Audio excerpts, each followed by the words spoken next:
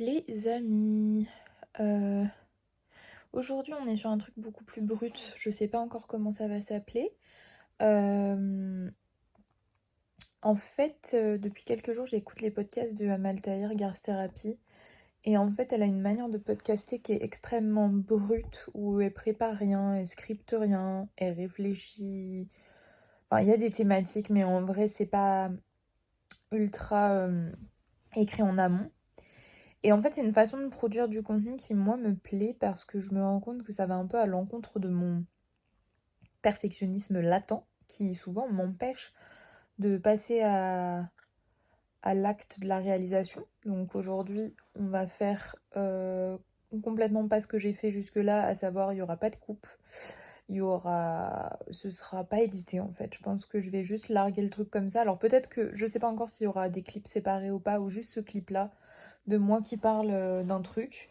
Vous vous dites que je suis dans mon lit, c'est parce que c'est le cas, finalement. Parce qu'en fait, je suis calée là, tranquille. Je prends un peu de repos là. Et en fait, oui, parenthèse pour dire que comme ça va pas être cut, vous allez beaucoup m'entendre dire parce que quand j'éditais mes trois premières vidéos, j'entendais que je disais beaucoup c'est assez insupportable. Mais là, je prends le parti de juste bah, pas méditer, pas me couper, pas me censurer. Ce qui est dit, c'est comme ça. Et j'ai l'impression que c'est une manière de dialoguer avec vous, les gens qui regardez, même si je suis pas sûre qu'il y en ait beaucoup, et moi-même en vérité, qui est beaucoup plus spontané. Et j'ai l'impression que c'est ce dont j'ai besoin aujourd'hui aussi parce que ça me permet de poster sans me prendre la tête. C'est-à-dire que en vrai là, je peux carrément poster la vidéo depuis mon téléphone sans faire de miniature, sans me prendre la tête à me dire qu'il faut que je fasse un truc super chiadé, etc. Mais plutôt me focaliser sur le contenu et ce que je dis. Aujourd'hui, et je me dis que ça me permettrait aussi d'être peut-être plus régulière, moi qui suis pas routinière et qui ai du mal à me tenir dans la fréquence et dans la durée. Je me dis que ce concept d'être beaucoup plus spontané, euh, ça permet quand même, je pense, de réduire les frictions entre le moment où je crée, où je parle et le moment où vraiment c'est en ligne. À voir ce que ça dit. Pas sûr que ça intéresse dans le sens où c'est pas du tout romantisé.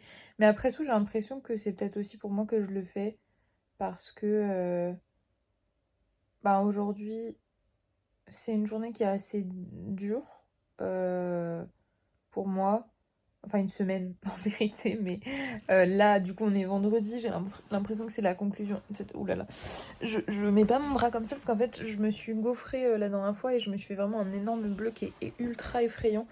Euh, du coup, j'ai moi-même pas envie de le voir parce qu'il est devenu jaune caca. Bref. J'aimerais être cette personne gracieuse qui ne tombe jamais, mais malheureusement, ce n'est pas le cas. Euh, donc, ouais, semaine difficile. Vie difficile parfois, mais en ce moment, là, semaine difficile. Et un vendredi qui clôture donc cette semaine et qui me fait réfléchir un peu à mes accomplissements. Euh, En fait, j'ai l'impression que du coup, là, je vais faire une espèce de lettre à moi-même. Euh, En fait, j'ai l'impression que c'est peut-être une lettre de vague manifestation, si je puis dire, même si je n'ai pas encore décidé si j'étais vraiment à fond pour le concept de la manifestation. Enfin, dans un sens, je trouve ça logique de se dire que si on est dans un mindset d'action et de positif, ben logiquement, il va se produire des choses intéressantes. Mais bon, après, l'aspect vraiment purement spirituel, je sais pas trop à quel point je suis pour. Ceci étant dit, j'ai l'impression que c'est peut-être une espèce de lettre de manifestation parce que je me dis que peut-être que je peux poster ça et que dans quelques mois, peut-être même, mettons dans un an, je me mets une alarme pour la re-regarder et me dire, ok Clémentine, tu vivais une sale semaine slash période de merde et you figured out a way. Genre, j'ai trouvé un moyen de d'overcome cette situation. Donc en fait, aujourd'hui, c'est presque plus un message à moi-même pour me dire, tu iras mieux. Euh, et en fait, c'est peut-être le mood. Je sais pas qui regarde cette vidéo, je sais pas qui ça intéresse, mais qui que ce soit derrière cet écran, dis-toi ça, tu iras mieux parce que euh, dans n'importe quelle épreuve qu'on traverse, que ce soit des trucs d'ordre, je sais pas, sentimentaux, financiers, matériels, des angoisses d'une réussite pour des études, pour un emploi, pour du personnel, une dispute de famille, un challenge amical, enfin, peu importe. En fait, ce qui fait toujours la différence, toujours dans 100% des cas, et ce qui peut être réconfortant, c'est que le temps passe. Et moi, je m'accroche à ça. Peut-être que c'est une illusion pour me donner le sentiment que j'ai du contrôle sur ma situation merdique. Mais euh, en vérité, j'ai dû couper parce que j'avais plus de... Enfin, j'ai dû couper. Ça s'est coupé parce que j'avais plus de mémoire. Dommage. Je voulais faire vraiment un one-shot, mais bon, c'est pas grave.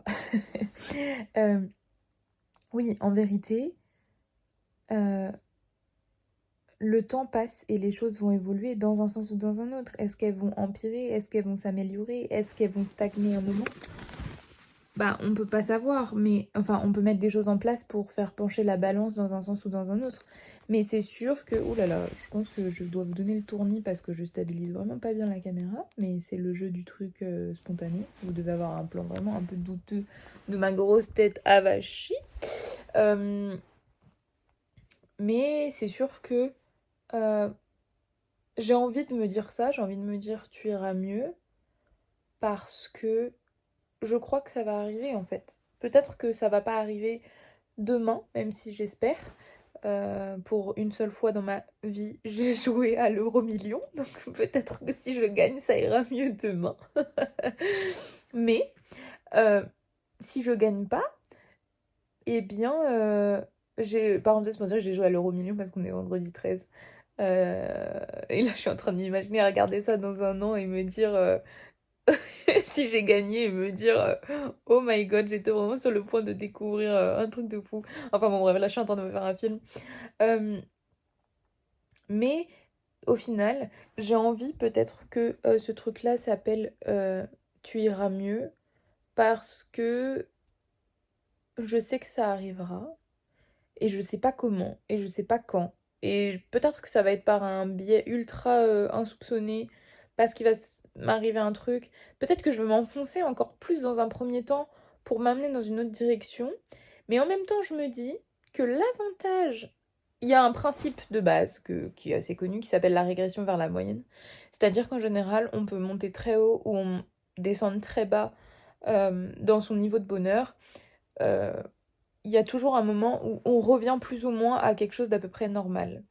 Là, j'estime aujourd'hui, malheureusement, que même si j'ai beaucoup de gratitude pour beaucoup de choses que j'ai dans ma vie, qui font que j'ai de quoi avoir un seuil de bonheur qui est d'un point de vue de moyenne relativement haut, j'ai un problème principal dans ma vie qui fait que mon seuil de bonheur il descend très bas. Ce problème-là, c'est un problème d'argent qui est extrêmement important, enfin qui est euh, vraiment assez grave en vérité. Euh, et du coup, qui prend le pas sur toutes les autres raisons que j'ai d'être heureuse. Bon, du coup, je me dis que si on suit ce principe de régression à la moyenne, si je règle ce problème d'argent, je devrais être plus même pas à la moyenne, mais genre juste remonter tout en haut de la courbe. Parce que pour le reste, c'est sûr que je peux pas dire que ça ne va pas. Le reste de ma vie, je suis ultra grateful pour ce que j'ai. Euh, Ah, c'est ça le problème d'avoir une main en guise de trépied, c'est que c'est vraiment pas fiable. Euh, Ce que je veux dire, c'est que les choses, elles vont changer quoi qu'il en soit, en fait. Et du coup, ça me rassure de me dire que je suis pas coincée. Il se trouve que, je sais pas si vous avez écouté encore jusque-là, parce que je sais pas si c'est intéressant, peut-être que ça allait pas, et peut-être qu'au final, tout ça c'est un truc pour moi, et il y aura que moi qui m'écouterait déblatérer et que peut-être que du coup ça n'a pas d'intérêt de le poster sur YouTube parce que je pourrais juste le garder dans mon téléphone.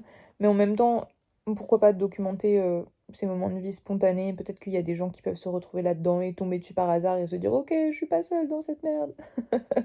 Mais c'est sûr qu'en réalité, cette chaîne, je l'ai créée parce que c'est censé être une chaîne créative, d'illustration, etc. Et je crois toujours en cette idée de développer du contenu artistique. Mais en ce moment, j'ai pas envie de ça parce que je me retrouve complètement, j'ai l'impression un peu prisonnière de ce qu'on attend de moi en termes de contenu. Euh, En tout cas, dans ma branche spécifique, dans ma niche de l'illustration, j'ai l'impression qu'il y a une espèce de standardisation, il y a une espèce d'attente euh, d'un certain type de production qui, du coup, moi, en ce moment, ne me convient pas. Et c'est pour ça que j'ai pas mal arrêté de poster sur Insta. Enfin, je suis assez peu présente. Et du coup, je me dis revenir à ce contenu un petit peu plus brut, qui est du coup ultra personnel, mais en même temps, pourquoi pas. Genre, ici, c'est ma chaîne, c'est mon espace et je fais ce que je veux. Et peut-être que c'est complètement décorrélé du concept de l'illustration et de la création. Mais en même temps, pas tant, parce que la vérité sur les milieux artistiques, c'est une extrême précarité en fait. Et même si ma passion de l'illustration est toujours présente, euh, ben ça n'empêche qu'aujourd'hui je suis dans une situation où je dois faire des choix et je dois mettre cette envie et cette passion au second plan au profit du pragmatisme.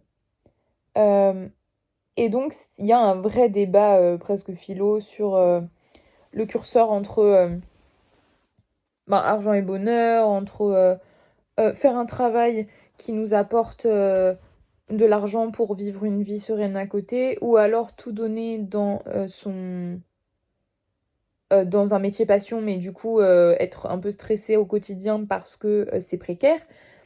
Je sais pas où il est ce curseur-là, moi-même je l'ai pas encore trouvé, mais aujourd'hui je me trouve dans une situation où je suis à sec, comme on dit, et que là je dois trouver des situations d'urgence, que psychologiquement je fais face à une certaine forme de désillusion liée à mon parcours, euh, et que en fait je me dis, mais en fait ce artistic journey, je suis probablement, voire sûrement à 99% pas la seule à le mener en fait, avoir ce combat entre ce qui me plaît réellement et ce que je dois faire, artistic journey ou pas, je pense qu'en fait il y a beaucoup de monde qui doit vivre ce truc-là.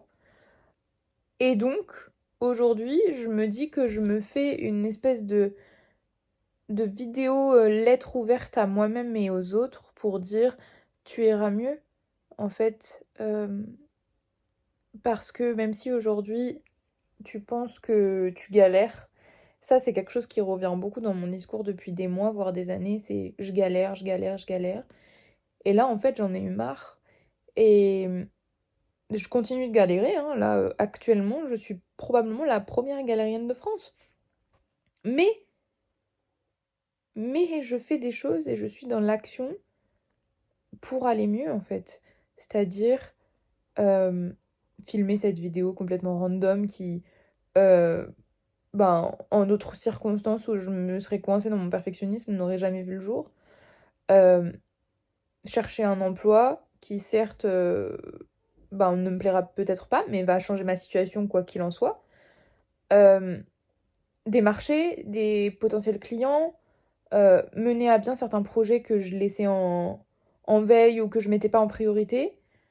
Et me challenger dans ce truc de purée, je suis super stressée, c'est paralysant.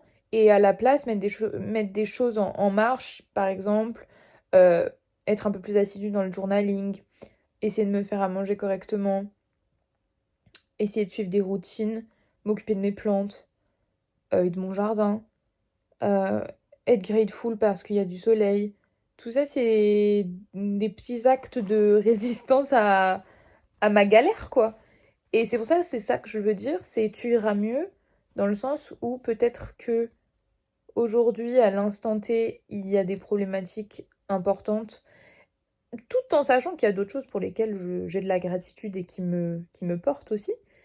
Euh, mais même si toi, derrière ton écran, tu es au stade ultime, je sais pas, de la dépression, de la remise en question, ou que t'as des peurs ou des angoisses, eh bien en fait, tu peux te dire que rien ne dure. Même une crise d'angoisse, ça s'arrêtera. Même, euh, je sais pas, une situation difficile, une rupture amoureuse par exemple, ben c'est difficile à croire, mais les choses passent, tu changeras, les gens autour de toi vont changer, les saisons vont changer, le temps va passer, les gens autour de toi vont avancer, peut-être que euh, il y a des gens qui vont investir ta vie et d'autres disparaître et que ça va changer énormément de choses dans ta vie. Parfois, je repense à quelque chose que je veux pas trop raconter en détail parce que c'est pas mal personnel, mais des fois, je repense à des coïncidences de rencontres, de choses, des gens qui sont aujourd'hui très proches dans ma vie, et je me dis, waouh, c'est fou. Même sans rentrer dans les détails, la façon dont moi j'ai rencontré mon copain, en fait, re-rencontré en vérité parce que on, on se connaissait en fait depuis des années sans le savoir, je me dis, waouh, comment le hasard des choses m'a emmené sur ce chemin-là, c'est fou. Et au final, c'est une rencontre qui m'a amené à une autre et qui m'a amené au fait qu'aujourd'hui, j'ai cette relation-là qui me comble et qui a changé ma vie sur plein de points, changé l'endroit où j'habite, changé tout un tas de choses en fait. Et donc, alors qu'il y a des années, j'aurais jamais pensé basculer dans ce genre de situation-là. Donc, ça montre bien que le temps passe et il y a des gens qui arrivent sur votre route, il y a des choses qui arrivent sur votre route. Même parfois sans être acteur du truc, même parfois on n'a même pas la volonté de... On n'a même pas la force de se tirer soi-même vers le haut parce qu'on est fatigué, parce qu'on est inquiet, parce qu'on est triste, parce qu'on est anxieux ou déprimé, parce qu'on est coincé dans sa tête, ce qui m'arrive souvent.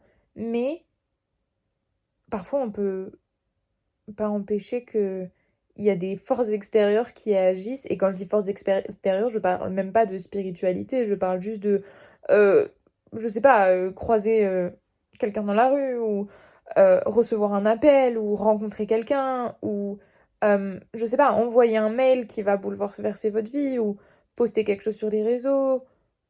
Et même effectivement sans être acteur, c'est-à-dire rester chez soi et, je sais pas, il y a quelqu'un qui va toquer à votre porte, ou vous envoyer, ou vous appeler, ou j'en sais rien, eh ben, il y a des choses qui peuvent se produire.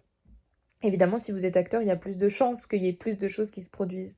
Mais du coup, j'ai envie de me dire à moi-même, peut-être ma moi dans un an qui regardera ça, ma moi dans quelques mois qui regardera ça, que j'ai peur aujourd'hui, que je suis inquiète de fou et que même peut-être que ça va m'empêcher de dormir parce que c'est déjà un peu le cas, que je journal à fond pour extérioriser toute cette anxiété-là, que je fais tout ce qu'il faut.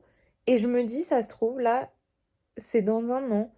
Il y a ce moi derrière l'écran qui est en train de me regarder moi-même, enfin, mise en abîme de moi qui est en train de me regarder.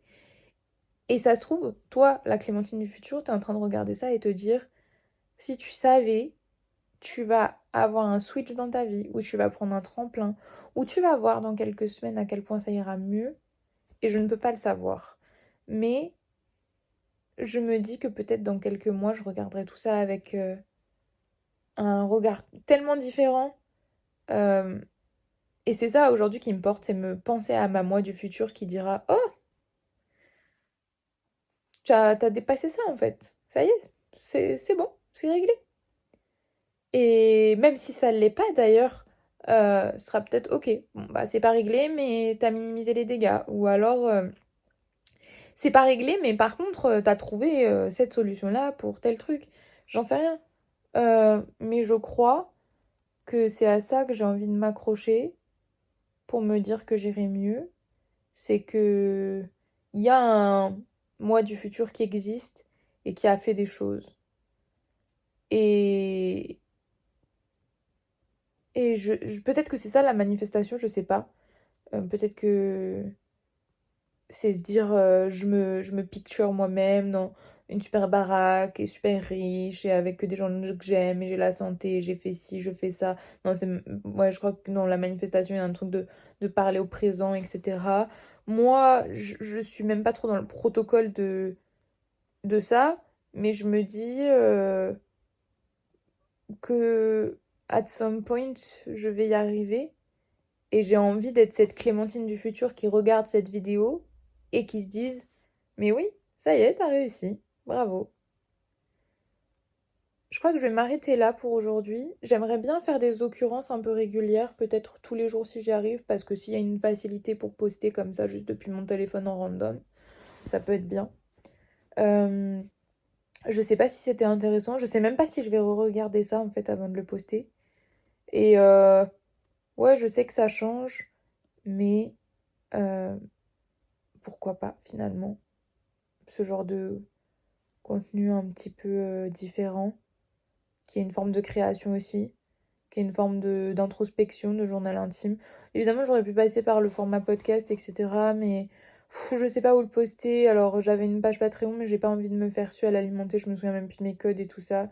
Je me dis que le canal de YouTube, c'est presque le plus facile.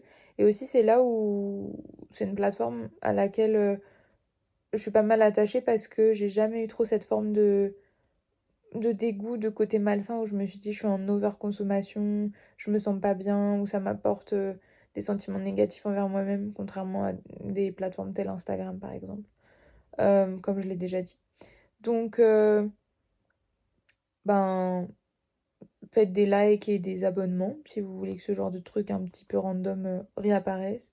Et même si vous aimez pas, ben, peut-être que je continuerai quand même à poster parce que je crois qu'il y a 30 personnes qui sont abonnées ici, donc en vrai, ben, let's go, hein. Allez, à demain peut-être, ou à plus tard, qui sait.